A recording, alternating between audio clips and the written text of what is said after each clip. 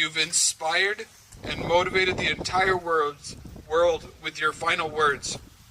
Are you okay? I did know Alex Pretti on a somewhat personal level as a colleague of his, but I'm choosing tonight to read the words of one of his coworkers that knew him just a little bit better than I did and unfortunately could not be here. Alex. I knew Alex only through our lengthy conversations at work over the last few years. We did not spend time together outside of these walls, both being introverted and proud of the space we created between work and home. But we did dream together about our ideal world in the wee hours of the night or our task-filled nature of the day shift.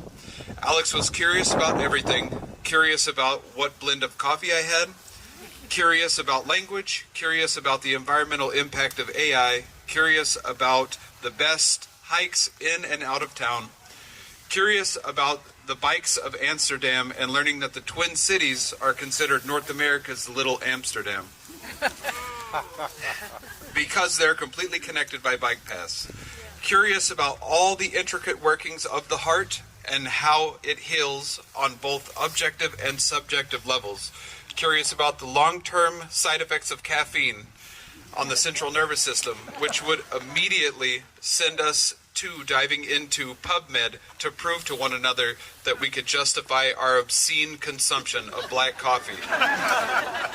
Curious about how long it took to get non-canteen sushi for lunch. Curious why so many of us complained about not having time to sit because he insisted on his workers' rights for himself. He'd say, "I got this, just go take a break." Woo! Alex and I both worked in cancer research, though in very different capacities. We were both musicians. We discussed the impact of music on activating the parasympathetic nervous system in clinical trials for late-stage cancer. Alex may not have been a millennial, but he certainly had some Gen X DNA. He was an informed and socially conscious idealist, but colored with a touch of Gen X's staunch persistence, realism, self-reliance, and work-life balance.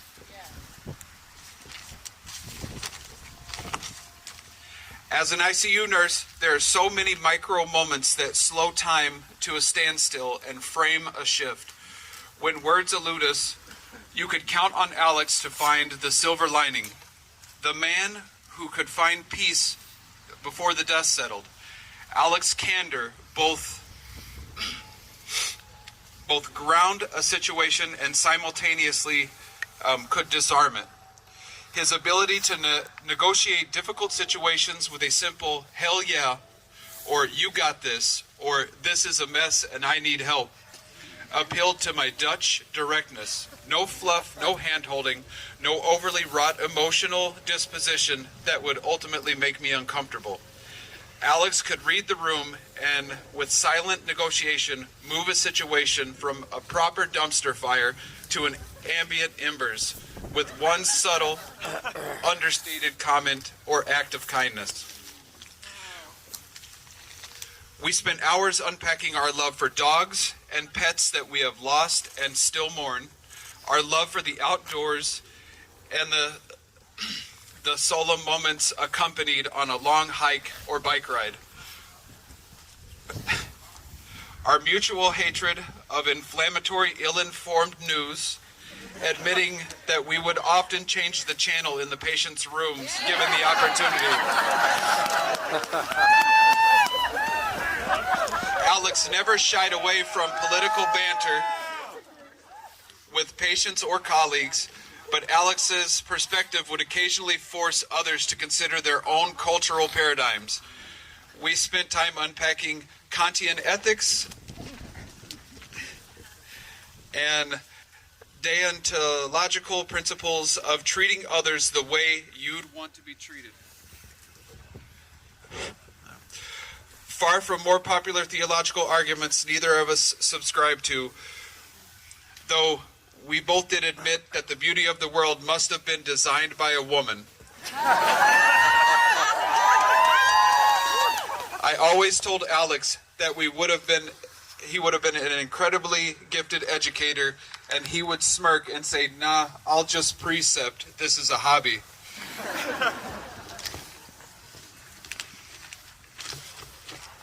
Alex didn't research the unknown to be smarter than those around him, or to change people's minds or hearts. His intellectual curiosity was an intrinsic part of who he was, anchored in his DNA.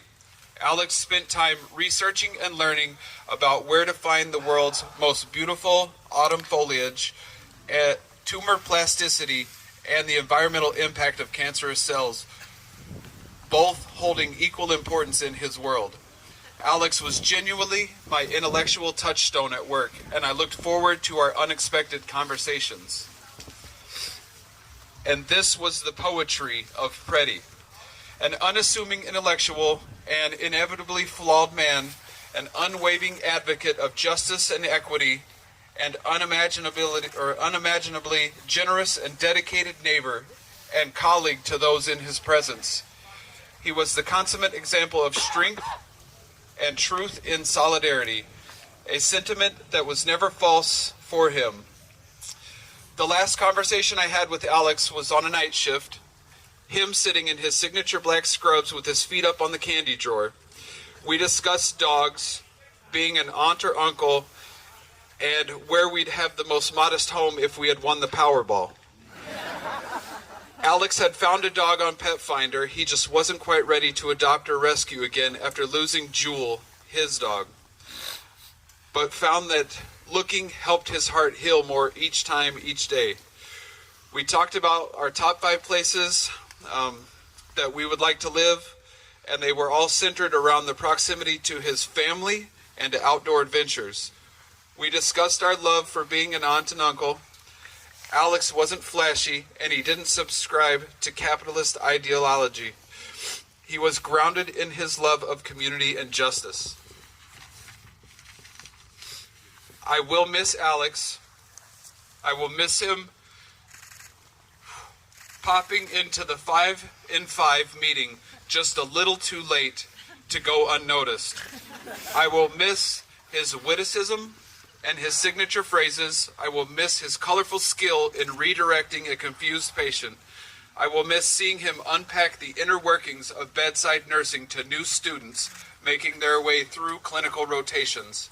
I will miss his uncanny ability to qualify the feeling of flipping back and forth between days and nights, something only a handful of us still do.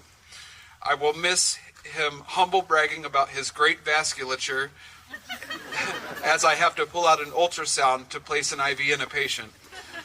But I will mostly miss his legacy of earnestness and advocacy on all levels for his patients, his beliefs, his neighbors, his family, Mother Nature, science, music, and all contributing factors that make the world a more just and more beautiful place to live in. Thank you for being a hero, the hero you were and continue to be for the people around the world.